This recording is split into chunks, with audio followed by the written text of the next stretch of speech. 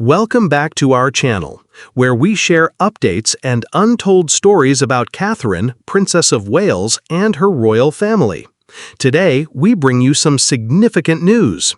Queen Camilla enraged after Catherine fights for Diana's most treasured heirloom. An intimate source has said that a new tiara regulation instituted by Queen Camilla has caused conflict among all female royal members. Notably, Queen Camilla wants to wear the most significant tiara that belongs to Princess Catherine for an extended period. The source emphasized that the tiara is not only an ornament, it is a legacy. This movie will explore how Princess Catherine advocates against Camilla's decree about the new tiara regulations. This is an examination of the royal discord produced by a solitary jewel, the tiara that conveyed more than a crown. An unexpectedly swift turn occurred during a night of diplomatic spectacle that took place in the glittering hallways of Buckingham Palace, where tradition is the currency and every gesture is loaded with significance.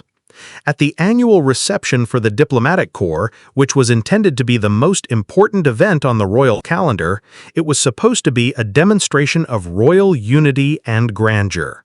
There was a gathering of dignitaries from all around the world, all of whom were looking forward to the traditional display of elegance and formality that characterizes the British monarchy.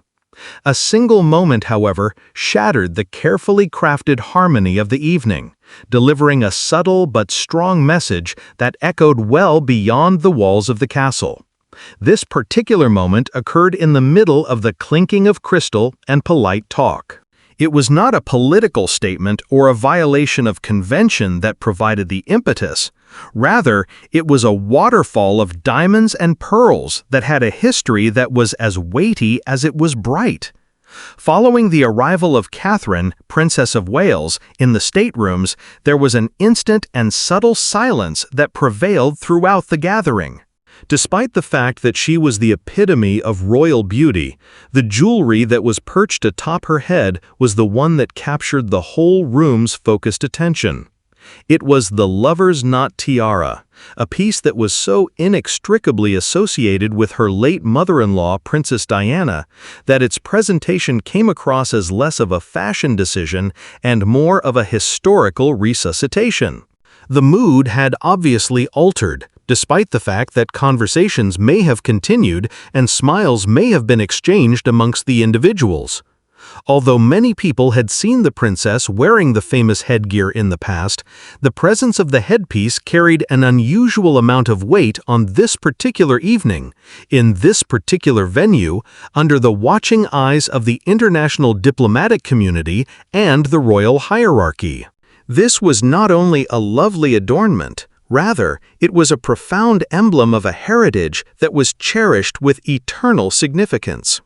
In a fleeting instant, the tiara seemed to radiate not just with the illumination of the chandeliers, but also with the remembrance of a lady whose presence, even when she is not there, continues to have an impact on the monarchy.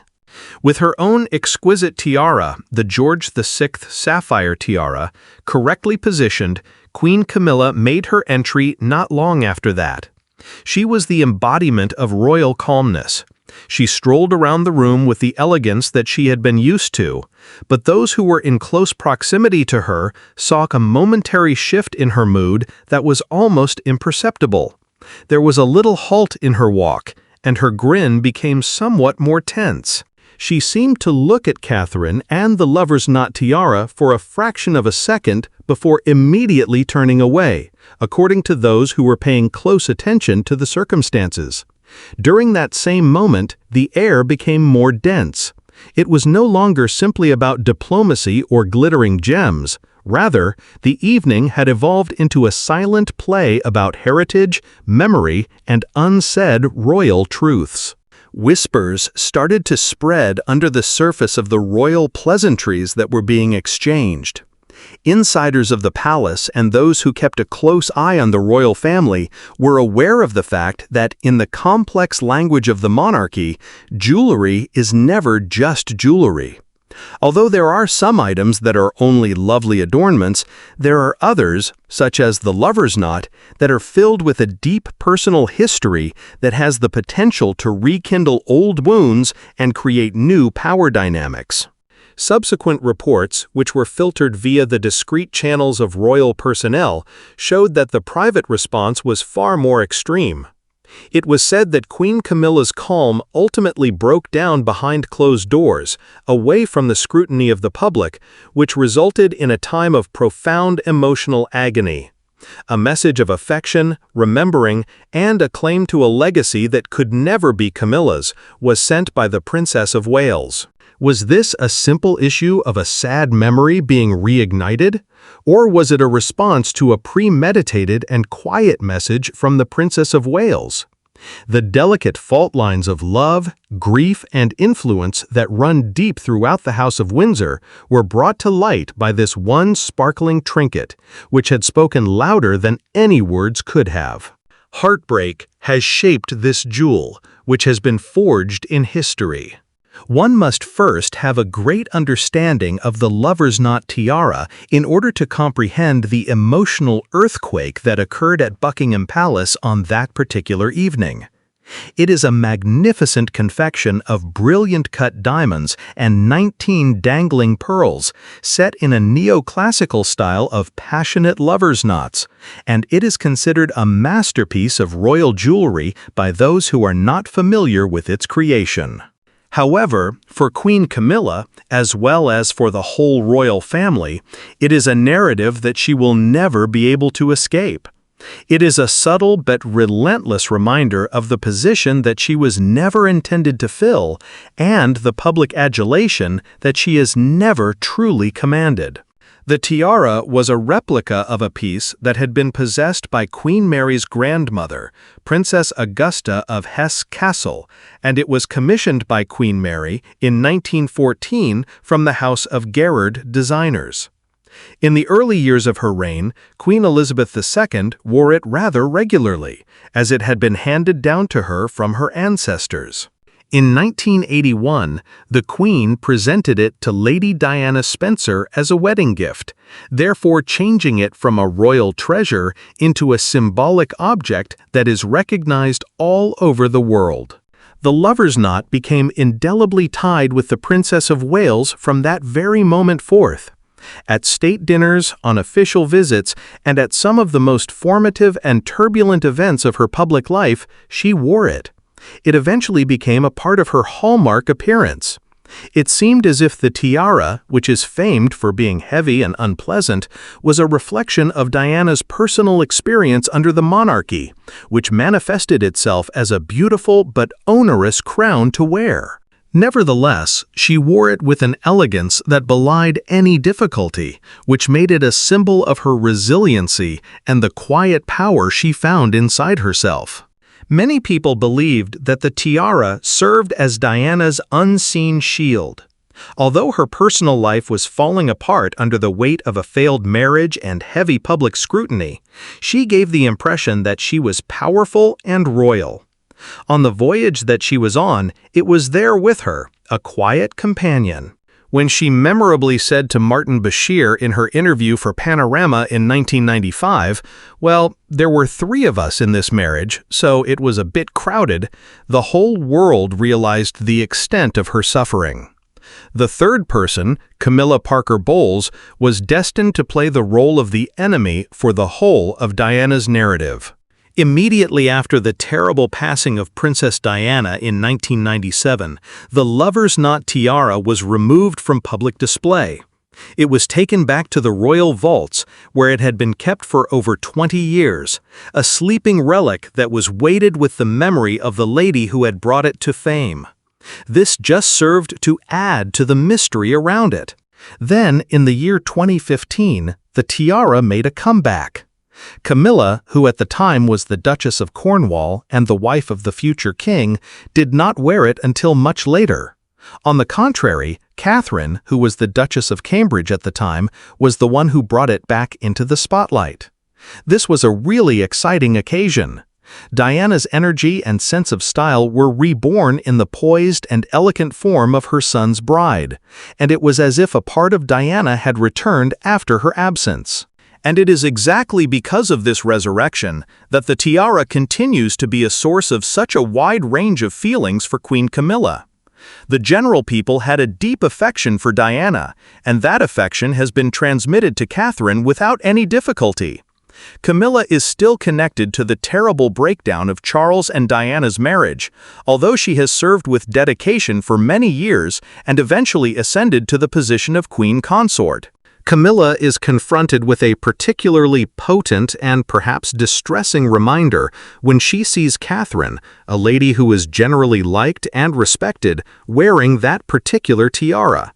It is a visible indication that the public's heart will always belong to the memory of Diana, a legacy that is now carried by Catherine. This is true regardless of the amount of time that has passed. However, there are certain wounds that never fully heal, especially those that are inflicted in the court of public opinion.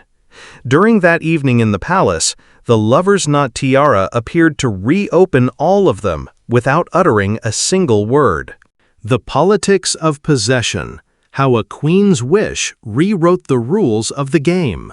It is just as fascinating to learn about who had the tiara as it is to learn about its history. Following the passing of Queen Elizabeth II in 2022, the massive work of dividing her extensive private jewelry collection was initiated. This is not an emotional undertaking that is left up to chance. Rather, it is regulated by stringent royal regulations that are not written down and are based on hierarchy and status. Camilla, in her capacity as the new queen consort, was granted the honor of being the first to pick items from the famous vault of the late Ping. It was a foregone conclusion among royal specialists and palace insiders that Camilla would claim the most historically and emotionally important artifacts for herself. Camilla was already in possession of these pieces. As a result of its legendary prominence via Diana and its direct genealogy from Queen Mary to Queen Elizabeth II, the lover's knot tiara was generally anticipated to be at the top of her list of potential wedding accessories. It would have been a strong statement of her new status as the highest-ranking female royal if she had had the opportunity to wear it. Nevertheless, that is not what transpired. The lover's knot tiara was officially assigned to Catherine, the new Princess of Wales, in a decision that caused the royal establishment to experience a silent shockwave that spread across the establishment. Not only was Camilla not wearing the tiara that was the most emotionally charged and meaningful piece in the whole collection, but she would never wear it. In what way did this extraordinary change take place? It would seem that the solution might be found in the profound and unspoken tie that existed between the late Queen Elizabeth II and Catherine. It was based on years of mutual respect and quiet fondness between the two of them, despite the fact that their relationship was never one that was celebrated in public. A great number of royal experts believe that Queen Elizabeth made a personal and final decision long before she passed away, and that she left the cherished tiara that belonged to Diana to Catherine personally. A significant endorsement of the lady she saw as the future of the monarchy would have been conveyed by this deed, which would have also served as an homage to her late daughter-in-law. According to some stories, King Charles III, who was aware of the complexity of his family's history, backed this choice. He believed that it was an appropriate approach to commemorate the memory of his late wife via the lady who was married to his heir. The result was obvious and cannot be undone, regardless of the specific process that caused it. At this point, Catherine was the owner of the tiara.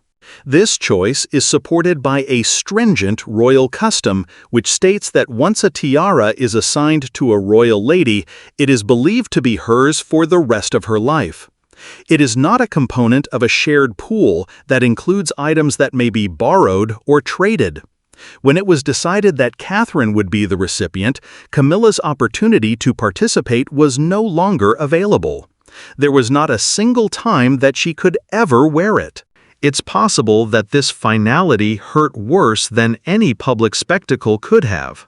An immediate and overwhelming response was received from the general public upon viewing Catherine wearing the tiara.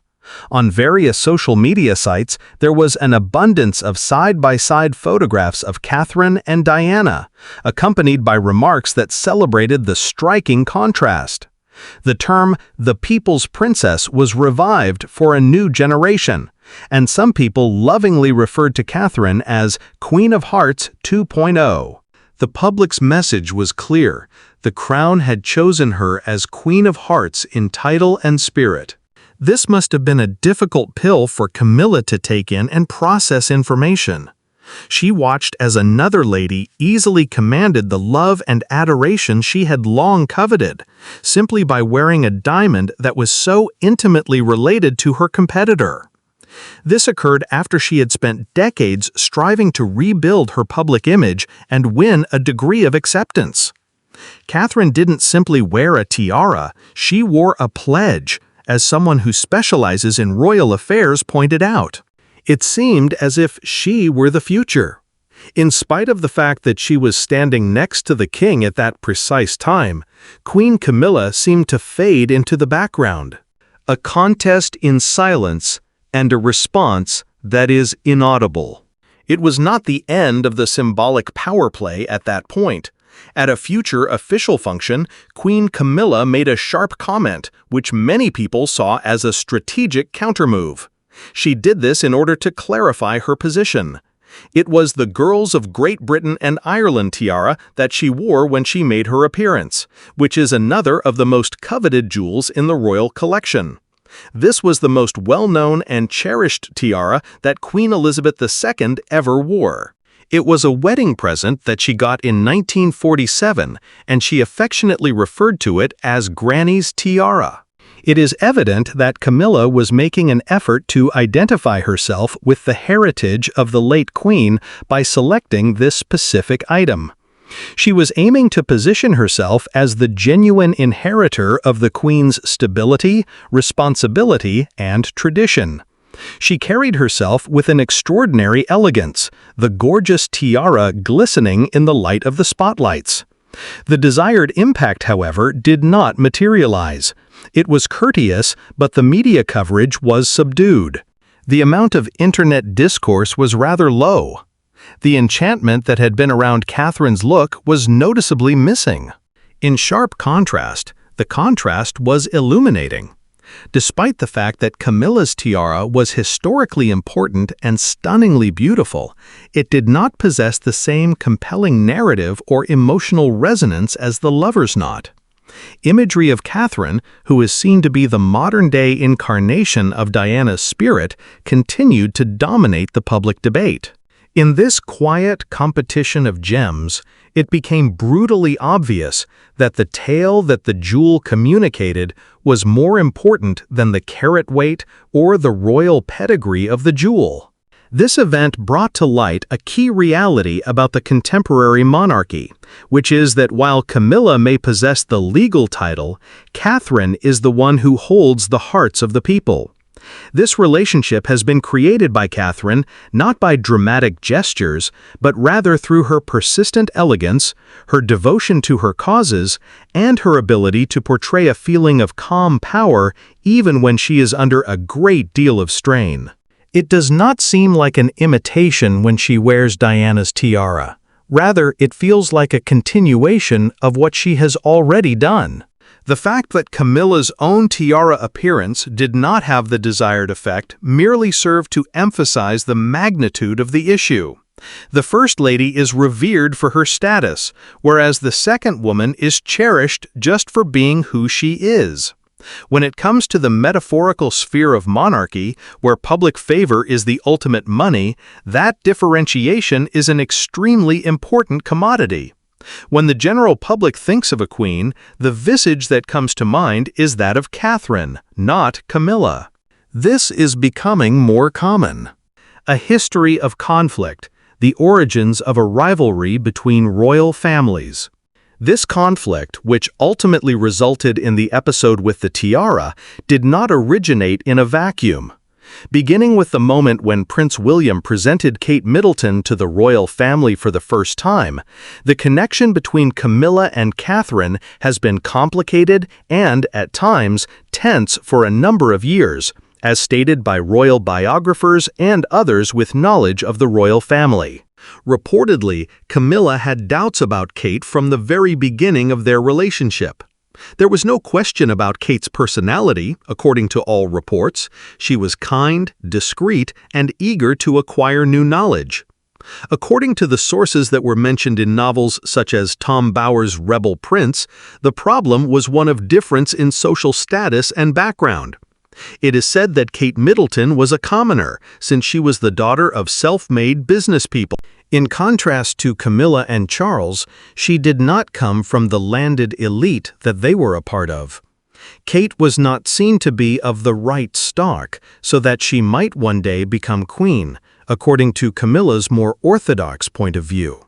Also, it is essential to take into consideration Camilla's own challenging path. She endured great public vilification and the unwavering disdain of Queen Elizabeth II over the course of many decades in order to be welcomed, and her final incorporation into the family was a win that she had to earn via a challenging process. Camilla may have had feelings of embarrassment when Catherine emerged on the scene and was almost immediately welcomed by the people and the press shortly after her arrival. On the other hand, Camilla's journey was a never-ending struggle, but Catherine's looked to be a breeze, and her popularity was a given. It was said that this underlying tension expressed itself in various ways throughout the course of the years. Behind the scenes, a silent competition for influence and position was gathering steam, despite the fact that public appearances were always conducted in a pleasant manner. The tiara episode was not the beginning of this dynamic. Rather, it was the expression of this dynamic that was the most public and powerful. It brought to light the basic difference that exists between the two women in the eyes of the world. One woman symbolizes the past and the present, which is obedient despite its complexity, while the other woman represents the future, which is cherished and optimistic. As a result, the lover's knot tiara evolved into something more than just a gem. It became a crown of popular adoration, which was handed down from one people's princess to the next, bypassing the lady who was formally the queen in a manner that was clearly noticeable. It serves as a continual and shining reminder to Camilla that while she may have won the king's love, she never ended up winning the heart of the realm. As far as I can tell, the accolade was supposed to go to someone else. It is certain that this particular occurrence will be recognized as a pivotal point in the epic and continuing narrative of the House of Windsor. It was a demonstration of the fact that the power of a title may be overshadowed by the power of a symbol in a monarchy that is attempting to maintain its relevance in the new century.